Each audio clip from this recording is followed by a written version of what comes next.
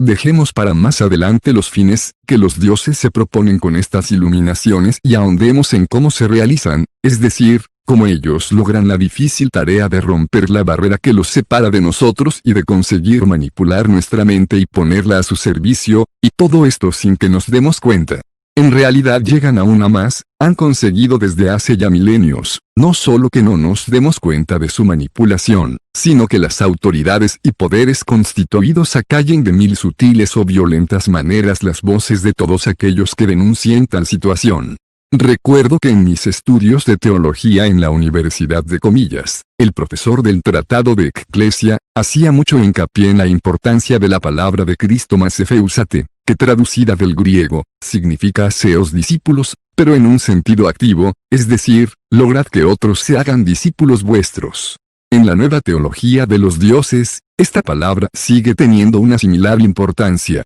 Cuando años más tarde me sumergí en el estudio del fenómeno ovni, me quedé pasmado al constatar la importancia que a esta misma idea, aunque esté enunciada en palabras vernáculas, le asignan los misteriosos visitantes extraterrestres. Tanto ellos, como los que se presentan bajo formas celestiales o sagradas en las apariciones, hacen un tremendo hincapié en la circunstancia de hacer grupos y de crear discípulos, y de hecho, todos los videntes, contactados o iluminados, tienen una enorme facilidad para captar adeptos y para convertirlos a su manera de pensar. Esta es una cualidad específica y curiosísima de todos estos tocados de los dioses. Por ser una cosa a la que atribuyo una gran importancia, voy a detenerme a explicar algo que hasta ahora no he visto nunca suficientemente esclarecido, el mecanismo por el que los iluminados de todos los tiempos han sido capaces de atraer a su causa, por disparatada que ésta fuese, a una multitud de adeptos, a los que acaban convirtiendo en fanáticos, carentes de criterio.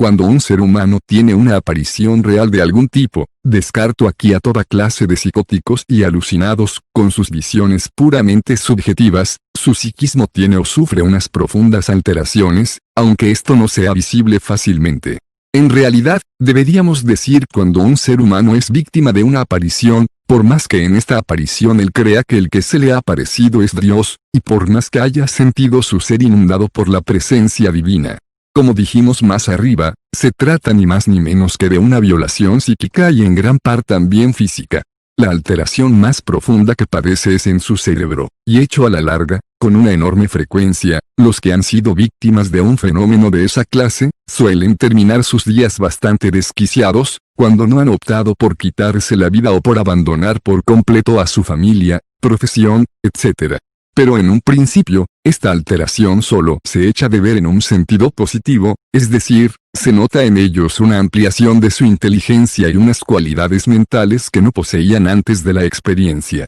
Si poseyésemos aparatos suficientemente sensibles, podríamos percibir en los cerebros de tales individuos unas ondas que no existen en los cerebros de los seres humanos normales. Es de sobra sabido que el cerebro produce diversas clases de ondas eléctricas. Lo que no es tan sabido es que la cantidad de ondas diversas que el cerebro puede producir es muchísimo mayor de lo que los electroencefalógrafos pueden registrar. Los electroencefalógrafos, por ejemplo, no registran las ondas mediante las cuales el cerebro de una madre humana o animal está unida a su recién nacido, ni las que unen a hermanos gemelos univitelinos, por poner solo dos ejemplos que han sido repetidamente verificados en laboratorio. No importa a qué distancia estén situados, cuando el recién nacido o el hermano gemelo sufren alguna fuerte excitación, indefectiblemente el cerebro de su madre o de su hermano lo captarán, aunque tal captación no llegue a un nivel consciente. Las pantallas de los oscilógrafos se encargarán de indicarnos con toda claridad el bajón repentino que el patrón normal de sus ondas sufre en el preciso momento en que ocurre la excitación.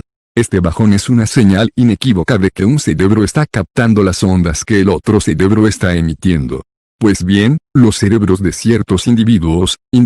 que la parapsicología llama psíquicos, la religión místicos, el espiritismo médiums, la ovnilogía contactos, y nosotros estamos llamando con el término genérico de iluminados, emiten todos, sin excepción, y de una manera mucho más abundante y fuerte de lo que lo puede hacer una persona normal, un tipo de ondas con una frecuencia y longitud específica que tienen poder para alterar de una manera inconsciente todo el mecanismo cerebral de los discípulos y seguidores más allegados. Es el mismo fenómeno que sucede cuando a un instrumento eléctrico muy sensible, se le hace trabajar cerca de algún aparato con un campo eléctrico grande, o se le hace utilizar una corriente que no tiene el voltaje o el ciclaje específico que ese instrumento requiere. Probablemente el instrumento comenzará a trabajar erráticamente. Si es un instrumento para medir, comenzará a dar medidas falsas, y si es un instrumento para reproducir voces, probablemente comenzará a emitir una voz cuyo timbre, tono o entonación es completamente diferente al de la voz original.